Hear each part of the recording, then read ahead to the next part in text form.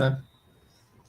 If I bleed tonight, if I am sad tonight, I don't have a job to find. And if I work tonight, if I'm so tired tonight, I'll fall asleep when I'm home, when I'm home.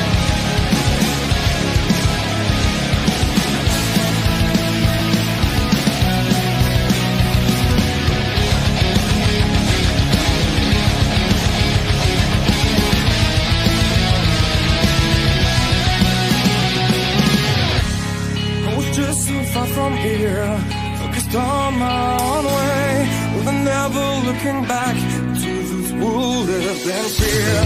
There was nothing I could do, there was nothing you said that could make me realize how much lucky I was. Just out of reach of the fire, was not aware of the denial.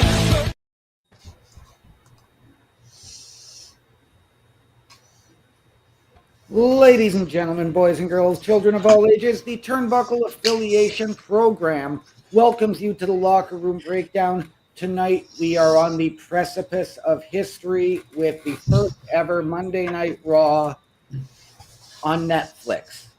Tonight, I am joined by my partner in crime, Bubba Duke, the host of the Chris Parrish podcast, Mr. Chris Parrish, and our good friend, the man behind the scenes here at LRB, the Bulkster. Gentlemen, how are we doing? Great. I'm doing well. Doing good. Come on. Bulkster, you cannot give us that kind. You got to get the bulk. Get in character, boy. Come on. Do it. Do it. Oh, the Bulkster's all fired up, brother. He's here. All right. There we go. Be a man, There Bulk. we go. His wife just looked at him and went, "What is wrong with you?" Thank you. All dude. right. We had to do So, it. gentlemen, we are at a historic night Yes. here tonight for Raw. Yes. I'm And- pumped, dude. A whole lot to cover here, especially when it comes to the preview part. So let's dive right into it with our review aspect from last week. And we started off with The New Day and Jey Uso opening the show in a segment. Yes. Yeah. And we got Jey Uso admitting that what New Day did was that they suck, right? So Yep. Jey Uso being the babyface and being the one guy who had probably the most history with the New Day, being Right. on the fan side and saying, "No, you guys did the wrong thing. We don't like you." I know. I mean, it is what it is, and I don't think I foresee an Uso, whatever New Day wants to be called now, feud, but you never know. Foreshadowing is kind of in the agenda for WWE broadcasting now. Right. Right. Maybe we'll get like a one-off, Big E being in Jay Uso's corner and becoming the new Jay. New Jay. That's a good one. I like it. That was a good one. Bubba, your thoughts? Again, I think it was just a good way for Jay to come out and number one, get over with the fans even more by going, New Day sucks. New Day sucks. He's just continuing the trend of what everybody thinks. It was Right. okay to start it off. Right. Now, I know, because this segment really didn't do a whole lot for me other than it was the New Day in a heel role interrupting a Jey Uso segment, even though they came out before Jay did. Yeah. And I'm okay with that. But again, it was just sort of that, do we see it? And I know we've speculated on do we get now this heel New Day versus the Usos in a one-off or in another rivalry that could potentially build to a tag team title feud? The only benefit I truly see at this is these are two well-established tag teams that really could help revamp the new modern-day tag team division. When you look at teams like the Creed brothers, whether Otis and Tozawa are going to remain a team, you got those Garza kind of up there. These are teams that could really help them build credibility with a feud, with a win over such teams. And then you look at the inclusion of the Motor City Machine Guns, and now you have the dream match scenario, whether it's with like Xavier Woods and Kofi Kingston against Motor City Machine Guns, or even the Usos. So I think it's just keeping your options open, because we all are aware of how big and how popular Jey Uso is becoming. And I think a lot of people want to see what Jey Uso can do on his own. But now is the time to kind of get those dream matches out there, especially when everyone is firing and on all cylinders like they are. Right.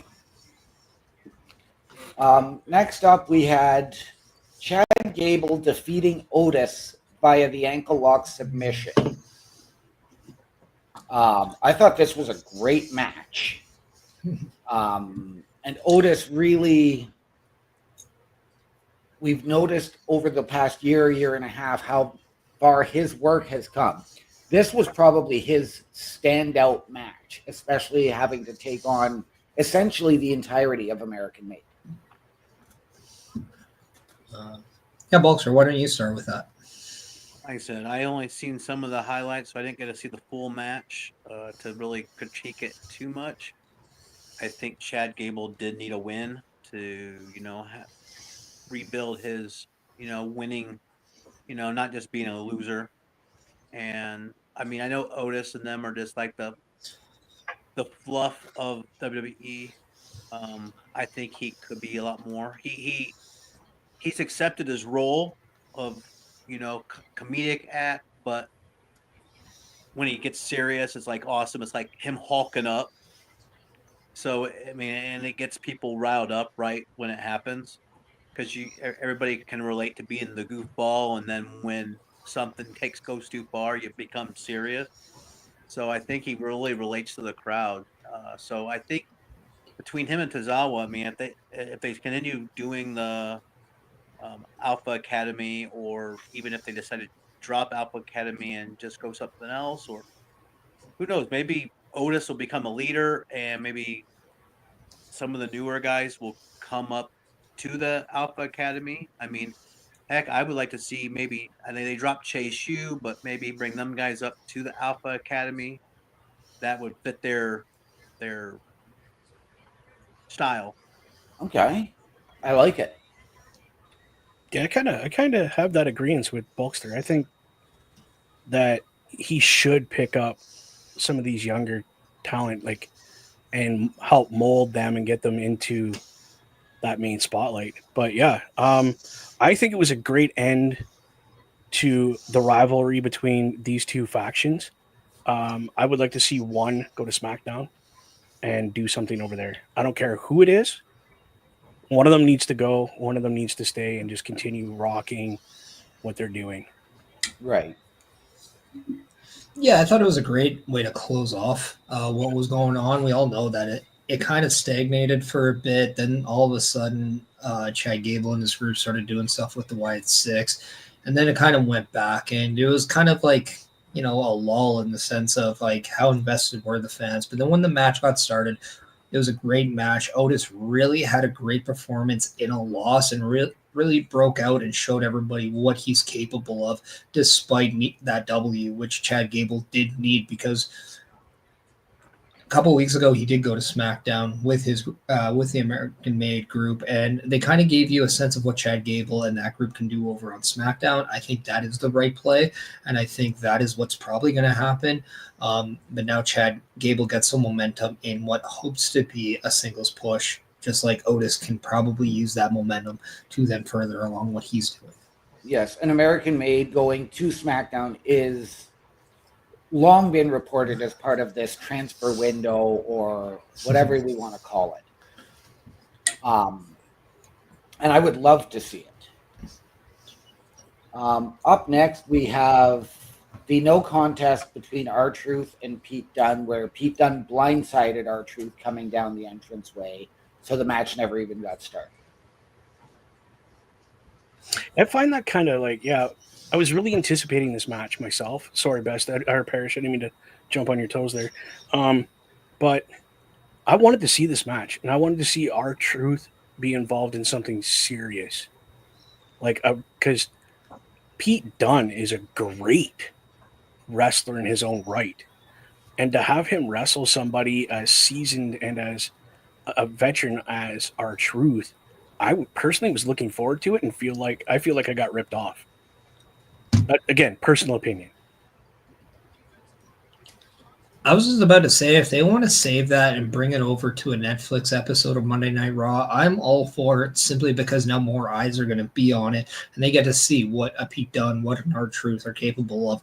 I don't think people really truly understand how many more eyes Netflix is going to bring to Monday Night Raw, but at the same time, you're kind of also showing that viciousness of Pete Dunne as well, and I like it because it really shows that he doesn't have time for the antics of R-Truth, whether or not it's the backstage stuff or even if it's his goofball entrance that he likes to do. Pete Dunne is all business, no play, while R-Truth seems to be all play, very little business. So when it comes down to it, you can't really fault Pete Dunne for getting that upset, but at the same time, you do sympathize with R-Truth, and maybe this is something that R-Truth does take a little bit serious because he knows that the games aren't working. All the games are doing are bringing to him a beatdown.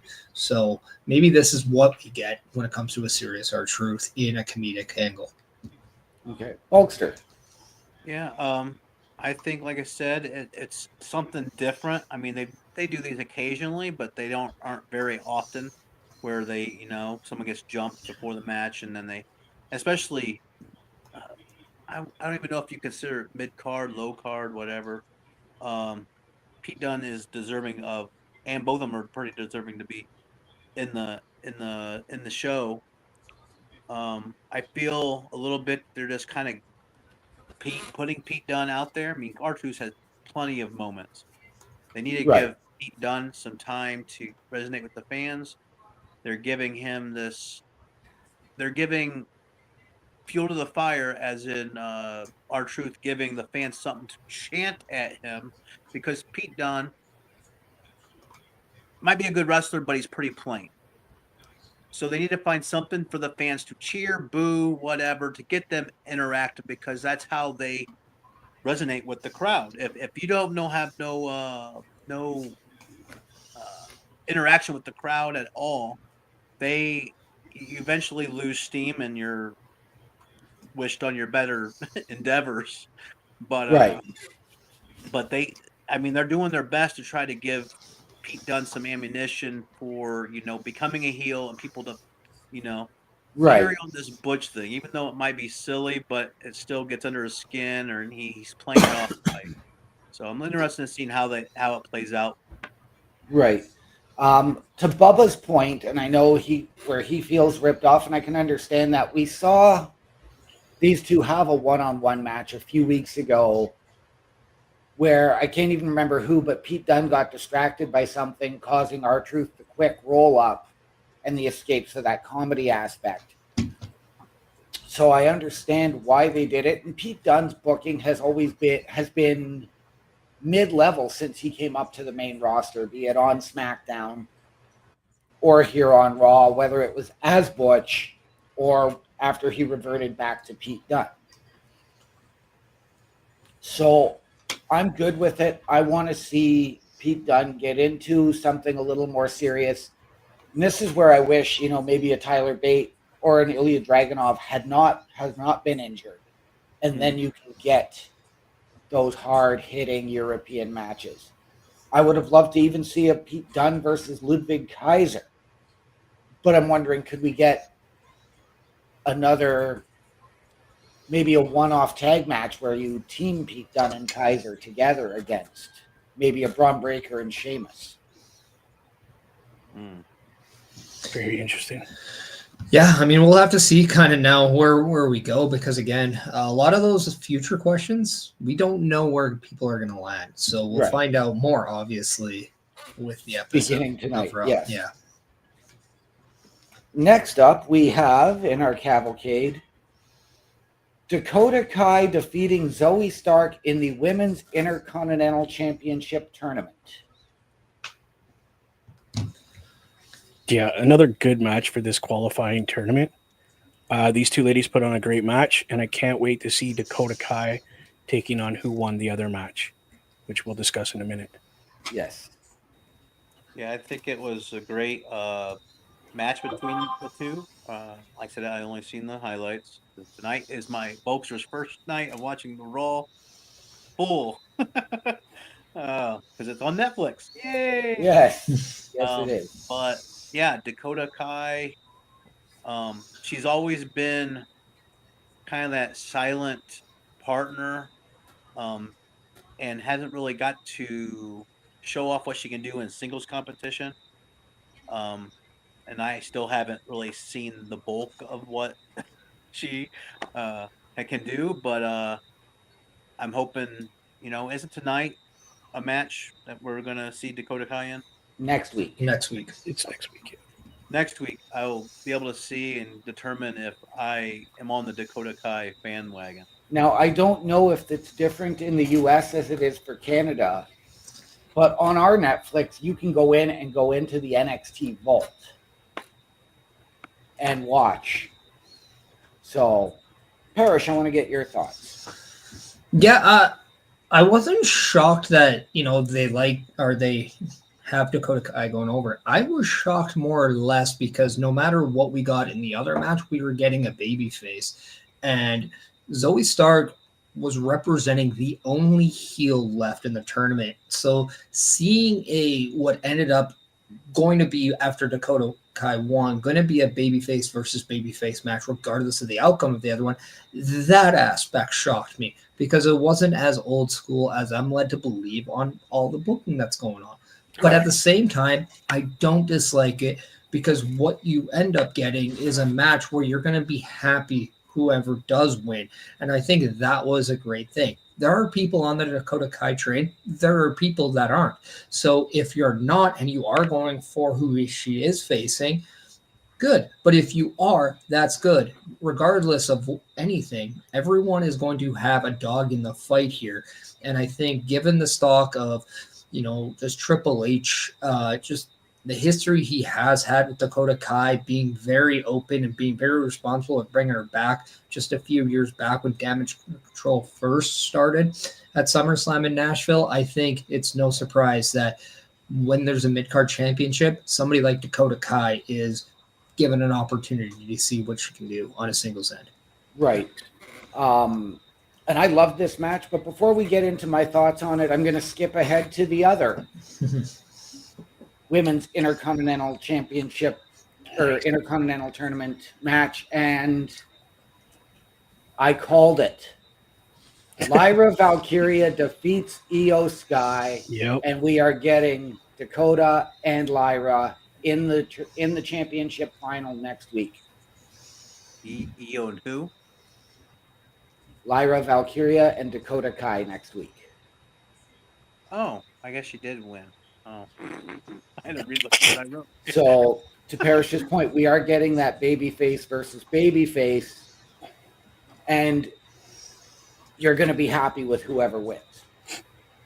I know not a lot of people bought into the fact when I said we are going to have a Dakota Kai Lyra Valkyria final, and this started when they aired vignettes a week before they announced the Women's Intercontinental Championship for those two. So you didn't call it, you just had a cheat sheet. I was the one who took I saw the two vignettes and then they announced it and I said, watch, there's the finals because of those vignettes. Just busting them. He's like, I hate you, Parrish. Who invited you?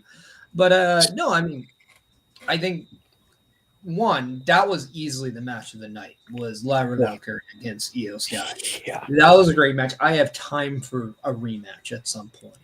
But please, between these two matches, what you did see, though, was that, I can see Pure Fusion Collective and Damage Control doing something down the road together.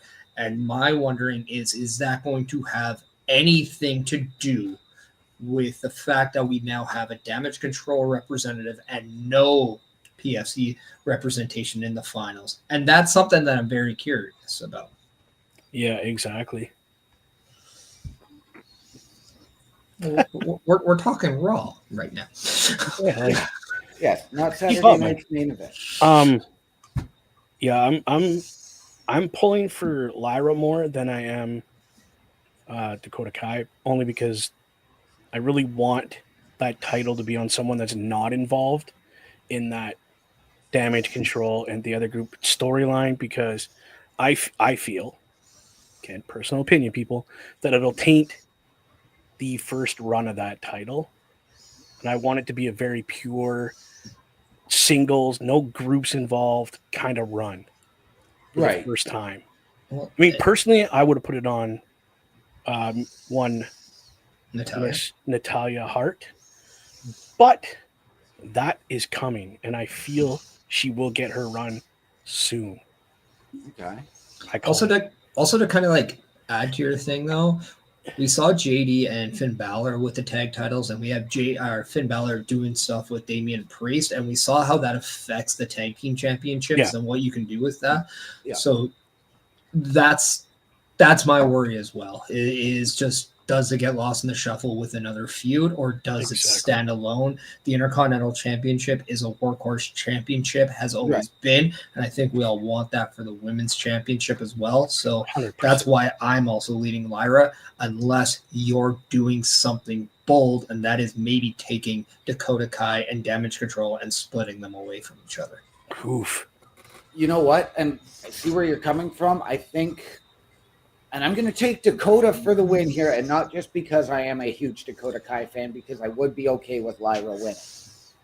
But I think with what we've seen on Raw Talk afterwards, especially after the Katana Chance and the Caden Carter match, and we've seen those three working together.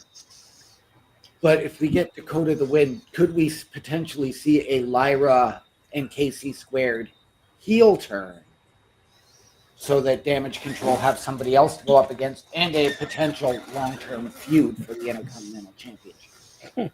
Yeah. And then again, that's all depending on who goes where after the transfer window. Right. Which we need to know when that officially closes. I think it has. I think we find out tonight on who's on Raw. From what I understood was, as of midnight last night, it was done. And then we find out today on Raw who's wearing and all that fun stuff. What do we have next?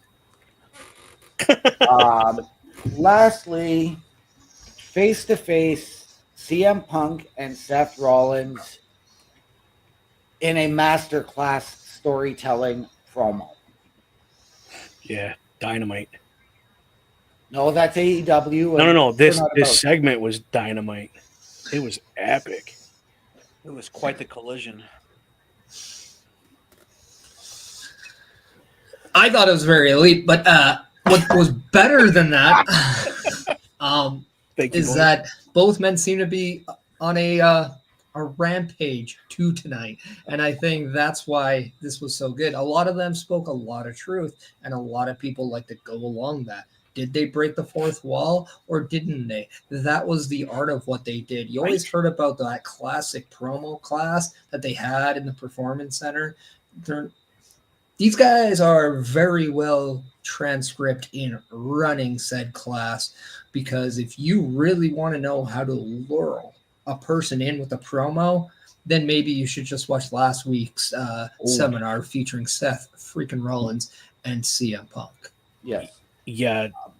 Go ahead. This promo made a huge impact on me. And yes, pardon the pun. And really, I couldn't find a fault on either guy. It was brilliant. I don't even think you needed one of their theme musics playing when either of them were walking out of the room. Yeah, I had go ahead. And I was actually really pleased to see that it didn't end in shenanigans.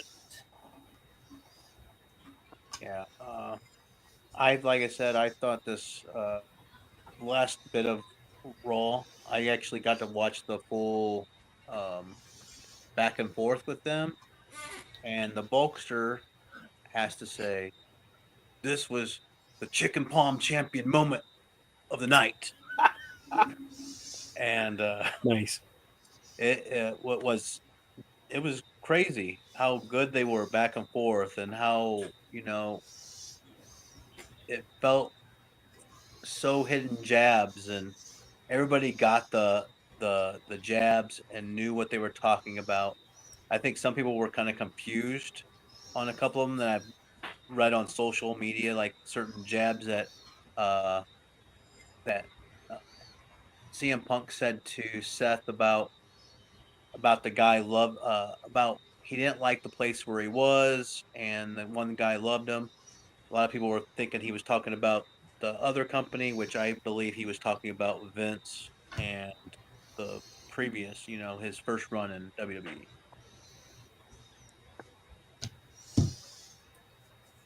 Nice. That's good. We did miss one little segment. Yeah, it wasn't a segment I was overly big on, so Yeah. Just let everybody know it was Ludwig Kaiser calling out Braun Breaker for a title match. Which I think, given everything that Kaiser's done lately, he deserves a title match. And a straight up title match. No interference, no BS, no, just those two guys in a ring, slobber knocker, just kick each other's butt and walk away with the title or not. That's what I think. What Yeah, do you think, again, Parrish, real quick? yeah, just again from like the Chad Gable Otis thing, we want this to have some closure to it, just so we can move on to the next thing, whether it's Yes. for Braun Breaker, whether it's for the Intercontinental title, whether it's for Ludwig Kaiser. We want to see what's next too. We all know that they're going to have a hard hitting match. I don't think anybody foresees Braun Breaker losing the championship. If they did that, or if he does win the championship, that would be, I think, a shock. I think just as much of an upset as Jey Uso at the time, just based on that. But I think no matter what, we just want to see it. That way we can move on from it, and that way we can enjoy what's next. Exactly. 100%. Are we ready to move on to what's coming up tonight, gentlemen? we are ready to move on to tonight. Bubba, the floor, my friend, is yours. I said, are you ready? Sorry, I had to. It was a really shitty impression, but I tried it. So we do have some appearances tonight. And the first one, we all know The Rock's going to be showing up tonight, which I think is going to lead into what I would call either the opener or the main event or the co-main event, which would be Roman Reigns and Solo Sikoa in a tribal combat match, which, as we know, is just basically an anything goes, pretty much the last man standing wins kind of match. Let's start with Bulkster. How do you feel about this match? And possibly The Rock being involved? Well, first, Bubba, do you know where Netflix is airing this live tonight? It doesn't matter. Actually, it does. It's a beautiful arena. Everybody's going to be watching it, watching The Rock. And so the Bulkster got jokes all day. So anyway, I'm excited for The Rock to be there. I think it will be he could be the beginning. Who knows where he's going to be? I mean, he can do whatever he is. Everything he does is magic. He can come out there and not say one word, just snap his fingers, and people be like, "Oh, he's so great." Right. As we get O&D rolling his eyes over there. That's right. We all know where I stand on my feelings with Dwayne. Yeah. Get a room. I do think he is going to make his presence felt during the tribal combat match. Although I really hope it. I hope that match would be a one-on-one and not involve him, unless he was in the maybe a special guest referee capacity. I don't think that's going to happen. But you're not going to do that.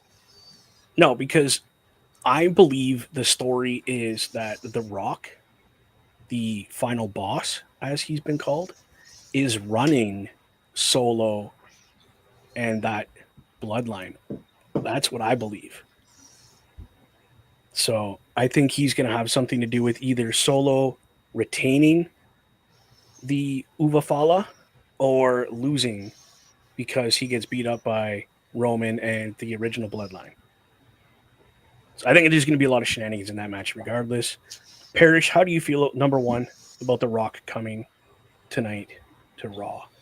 Well, I mean, I think everybody expects all the big guns to be at Raw tonight. We're going to get The Rock. We're going to get a lot of people. Yeah. It is being widely expected and widely rumored that The Rock isn't just going to be at Netflix or at the New Dome with Raw, but he might very well be a part of the opening part of Monday Night Raw. So that's something that's being heavily reported and rumored on a lot of credible sites, Wrestle votes, and even PWI has reported that. So you can really see a lot of like ideas, but whether or not he does something involving the tribal combat, that remains to be seen. Whether he does something that's totally different remains to be seen. This is why we watch the thing, because we can fantasize till the cows come home. Exactly. But if we really want the milk, then we got to go to the store. So yes, and that's just got to wait till the store opens, my friend. Exactly. I agree with you that I hope that tribal combat match is literally just one-on-one, no shenanigans. They figure out who the real tribal chief is, but I don't think it's going to happen that way, to be honest. Person number 2 that's showing up tonight, as we all know, he has announced it already. Mr. You Can't See Me, John Cena, starting off his farewell tour tonight. Really quick, I have one question. Does he start a feud with somebody, or does somebody start a feud with him? Well, at first, I think he kind of makes it official, even though we all know that he's in the match already. I think it's just an official thing that, him in the Royal Rumble match will be made thing. So I think we'll see that. And then I do think we'll get somebody coming down, whether it's a feud or whether it's just somebody trying to get their moment. If you want to ask me who would be the perfect guy to get a cheap little moment on him, Carmelo Hayes, 100%. If you ask me who could be another one, well, through the transfer window, how about All Ego Ethan Page? I think that would be fantastic. I want to see somebody young and hungry and willing to take a bite out of the giant piece that is John Cena, because I think a lot of young, aspiring guys in that company should take that moment and run with it. Dude, I just had my brain just went.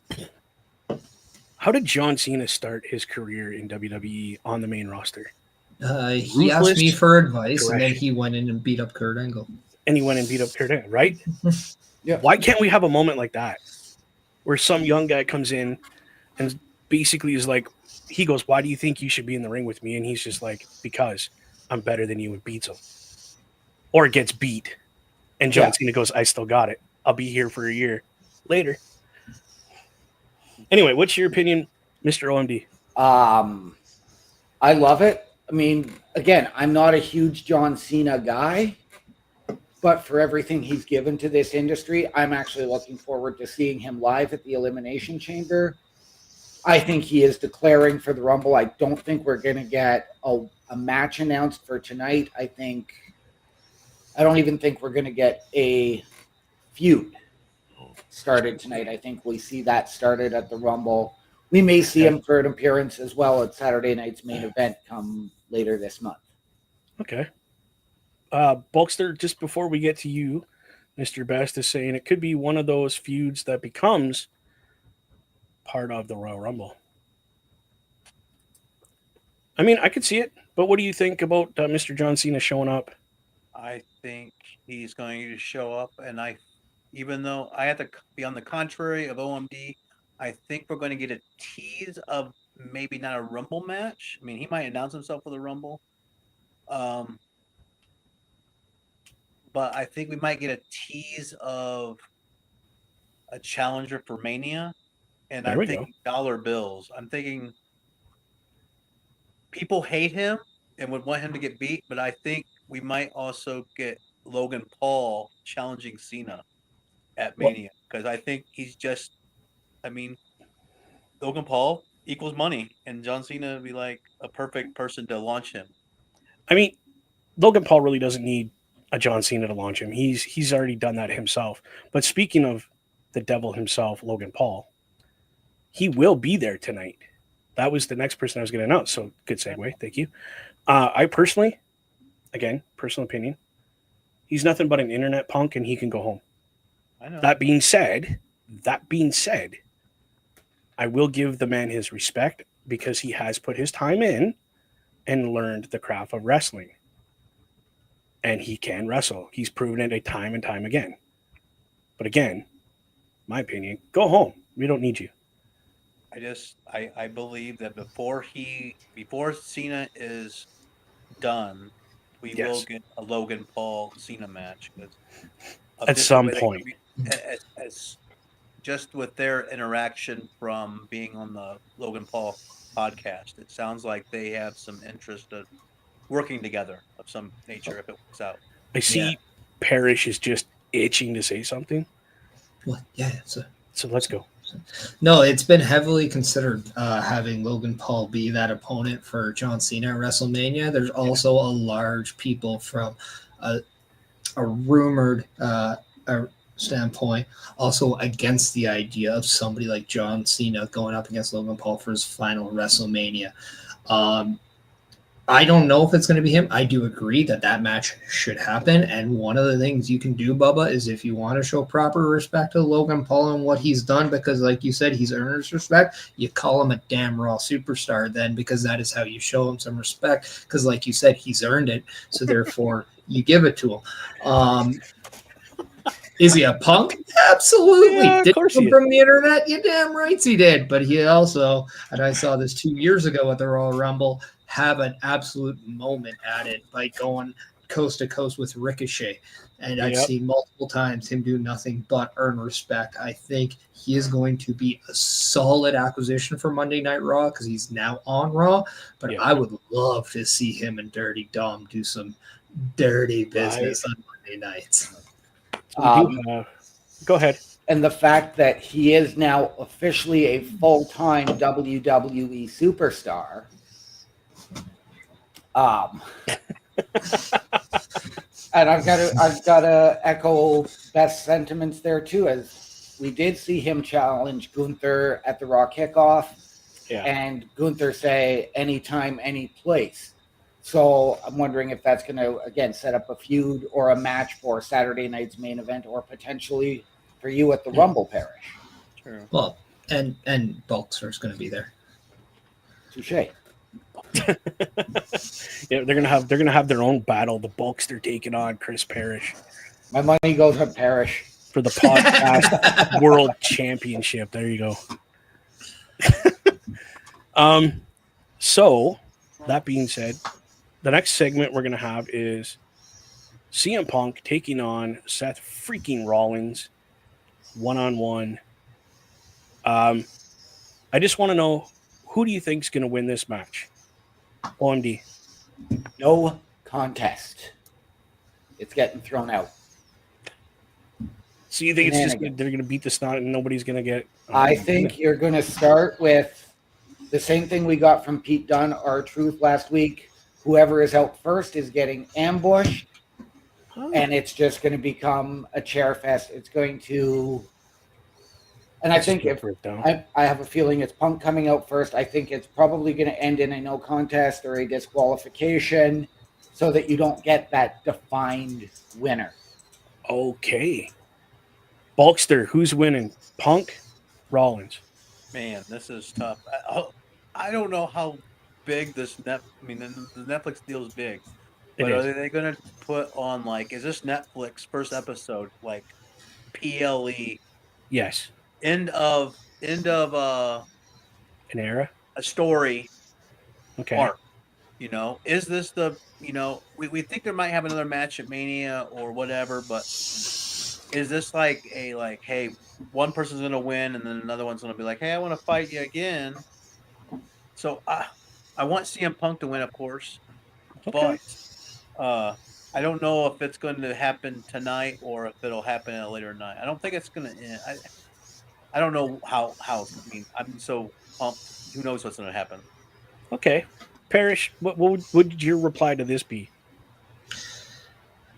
It all depends on if they're going to do something at WrestleMania, and if they do, then Seth Rollins wins. If they don't, CM Punk wins. I say that because I think CM Punk is the odds-on favorite to win the Royal Rumble match. And if that's the case, he does not need this win. In fact, he should be set in a not only main event WrestleMania, but main event against Seth Rollins and get his, thing back there. And I do think that could be because Seth Rollins might garnish a title between Rumble and WrestleMania.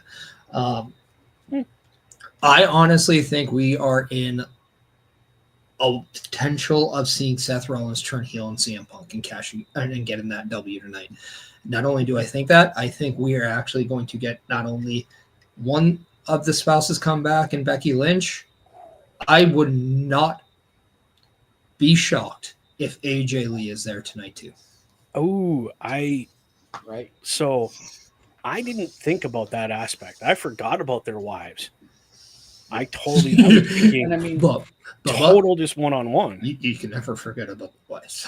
in this match, neither man truly needs to win, but neither man is going to take the loss. So either way, I think we're going to get a second match out of this. I'll dispute that. I think a loss really pisses off the person who loses more and makes you care about them getting that back. I think somebody, like, when you look at their egos and you look at and then you listen to what they said last week, having somebody actually be able to hang that win over the other is going to piss them off even more.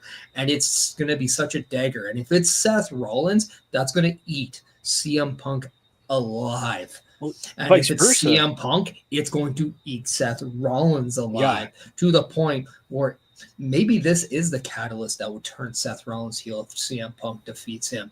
And then Seth Rollins just goes off the crazy train. So you know what? Maybe that's exactly what we see. Maybe. In fact, I'm changing my end. I think CM Punk gets that win.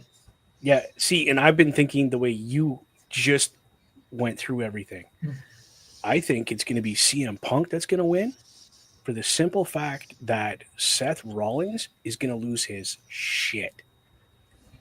Because Punk doesn't have to say nothing to him because he just goes, yeah, another match for me, and walks away. Where Seth Rollins loses, he's losing his mind that Punk beat him. And like you said, he goes heel big time.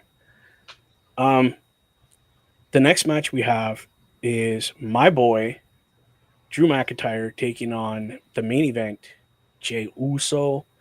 Very quickly, who wins this match? Bulkster. I feel Jey Uso will probably win this match. I don't know. It's going to be hard hitting. I mean, who knows? But I'm so excited. I'm so excited when I start. Because if any of you guys tune into Netflix right now, Raw has a live countdown of Raw. Is there really? Yeah, like a countdown and some clips, and they're showing the fans, and it's like right on. I'm just tuning in now. But so who's going to win? If you have to pick one, I'll say main event, Jey Uso. Okay. Parrish. Drew McIntyre. OMD. Drew. It's significant. I think Drew's going to win, hands down, for the simple fact that he's on a mission to kill the original Bloodline right now. And we do have one last match to discuss, gentlemen, because we have time here. Liv Morgan versus Rhea Ripley for the women's title. It is on the line, gentlemen. I know if Carl was here, his vote is Liv Morgan retains. We already know that because he loves that woman to death. Let's start with OMD. Who wins this match? Given that we just saw it on Friday with Tiffy winning, I do not think we are going to get another title change. I think Liv retains. You think Liv retains? Parrish.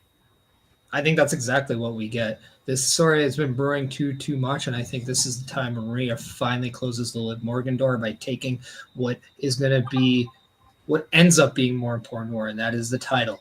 Why? Because I think at some point we're going to see what's more important to Liv Morgan, Dominic or the title, and I think Rhea's that perfect person to make her choose, and I think maybe, just maybe, she chooses Dom, and the title becomes Rhea's.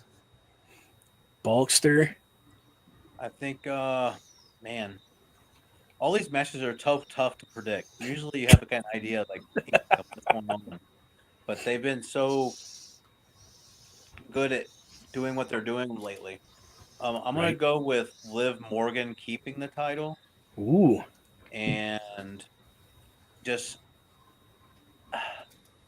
I don't know, maybe probably with some shenanigans, of course, but somehow keeping the title. It's okay. I I'm kind of on Parrish's side right now. I agree with Parrish. This is going to be Rhea Ripley's moment to slam that door in Liv Morgan's face and literally rip that title out of her hands and kick her out of the ring and be like, "This is my ring. Get out. You don't deserve it." But yeah, I'm voting Rhea Ripley. Now I know we did discuss this match very briefly. But I want to go back and discuss this match of Roman Reigns versus Solo Sikoa in this tribal combat match. I just kind of want your thoughts on very like not point on what's going to happen, but like, do we see shenanigans? Do we see a straight up one-on-one? How do you feel this match is going to go, OMD? I think this match is going to, as much as it shouldn't, it's going to involve a lot of shenanigans. Maybe even some debuts outside of The Rock's return. Maybe this is where we see a Hikuleo, a Lanta and Hawaii, a Zilla Fatu, and we see the battle lines get drawn. But I think it's also going to determine which bloodline is going to be on which brand. Okay. But Solo is walking out with the Ulafala. You think Solo's going to walk out as the official tribal chief, period? Yes. Okay, Bulkster, I see you just your gears going, brother. Give us your opinion. I agree with OMD. I think, but he's not only going to walk out with Ulafala, he's going to walk out with Paul Heyman. Not That's right. not consensual.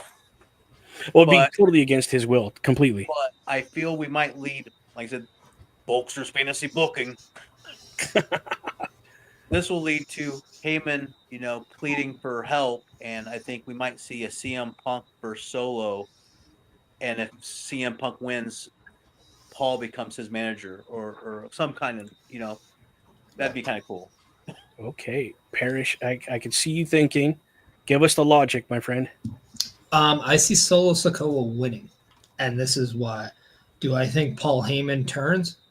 Yes, I do. But do I see him walk out with Solo? I think Solo hands Paul Heyman the Ulafala, which he walks up the ramp and gives it to The Rock. And makes him give it to The Rock. No. Solo knows his spot in line. He wins. He gets the Ulafala. Yes. He gives the Ulafala to Paul Heyman, who then goes and gives it to The Rock, who is the head of the table. The head of the table. Okay, so is Solo making Solo's part of Paul The Rock's Heyman do biggest plan? No. I know, but is he making Paul Heyman do that? No. The Rock is. Think about this. The Rock is manipulating the whole thing. In my head, this is what I'm thinking. Solo Sikoa is not the tribal chief. No. He's not the head of the table, but he is the next in line. Paul Heyman said they'd been training Solo to do it. Yeah. And the whole thing was, they were training him to do it, but not to take it from Roman, but to get it back from Roman and give it to The Rock. Okay. So in that situation, I've heard the speculation that The Rock is expected to come back as the new High Chief. Does that still put Solo in that tribal chief spot with maybe a different color Ulafala? I could not tell you. Speculation. That is a speculation idea. All I know is when it comes to the big moments, the bloodline definitely does not disappoint. But if you ask me how I would book this, I would have Roman Reigns get completely screwed in this match to the point where he completely loses his place at the table. He gets booted by not just the wise man, not just the man he now has to acknowledge, but to the high chief themselves. Right. And I think that is where the story then goes, and we get Roman versus Rock at some point. WrestleMania, that seems likely, but maybe, just maybe, that's it. Now, see, I don't have, like, I would have Paul Heyman more or less walking out, not putting the Ulafala on either. But maybe this is where you get that potential wise man for Solo and potentially a guy like an Armando Estrada. Or do you bring in somebody with a history with Jacob Fatu, and I can't remember his name, but his former manager in MLW? Again, speculation. I could not tell you.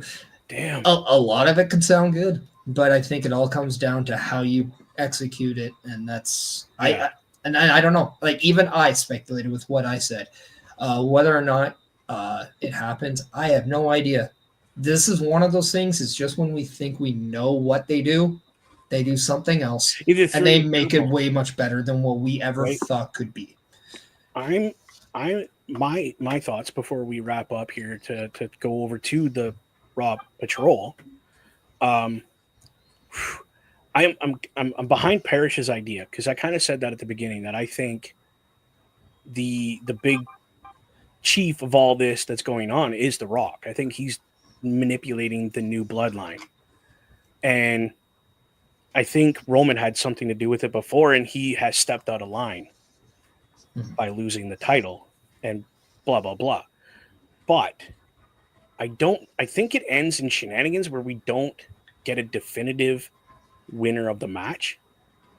And that's where I see The Rock coming out and going, well, you guys can't do nothing. I'm taking it. It's mine, and walks away as the tribal chief. Because the rules are, whoever has the Ulafala is the tribal chief. So literally, you could walk in and take it. You'd be the tribal chief. Same with Parrish. If you had it, you were the tribal chief, is the way that I understood it. So why would The Rock not come out with both factions just destroying each other at this point and just walk out with the Ulafala and be like, you guys can't handle it. You know, Big Cousin's got it now, and forget your tribal chief war. I'm the boss now, the final boss. But that being said, gentlemen, and you've missed one thing, though. Go ahead, buddy. You have one idea. Go ahead. Kofi Kingston, Xavier Woods are taking on Rey Mysterio and a surprise partner, which is rumored to be Penta. A lot of rumors are supposed to be Penta. Penta and Jose the Assistant could very well be a part of Monday Night Raw as of tonight. That is the speculation. Who knows? But that's also another match that's going to happen. So I just wanted to make sure that we acknowledge that aspect so we don't miss anything. Okay, so Penta, whatever he's going by, it's just Penta. I think he's coming in as. How do you feel about Penta being in WWE? Real quick, OMD. Intrigued. Okay. Parrish. Game changing. Okay. Bulkster. No, that's just another luchador. Oh, I'm joking. Okay, no more talking. You're not allowed to talk. Okay. You can't talk. My opinion, I can't even say it. Yes. Lucha. I love luchadors. I love Penta. I love what he's done for the business. Been watching him since Lucha Underground. Brother, if you're coming, and this is true, rock it all night, buddy. You can do it. Gentlemen, it was great to have you here in the locker room with that man, OMD, myself. Greatly appreciate your input and your thoughts on all the matches and everything that's been happening in WWE. By the countdown, gentlemen, we have 5 minutes and 55 seconds to go before Raw is live on Netflix. Gentlemen, we're going to call it a night, man. I encourage everybody that's watching, please stay tuned on Twitch. If you're on the Twitch, if you're on our YouTube channels, jump over to Turnbuckle. What is it? Turnbuckle _ Turnbuckle_studio. If you're on the Twitch, it's still remaining the same thing. So just stay on that. Also, if you're on Facebook, check out Turnbuckle Studios. It's on there. And then it's also on my personal Instagram and X account.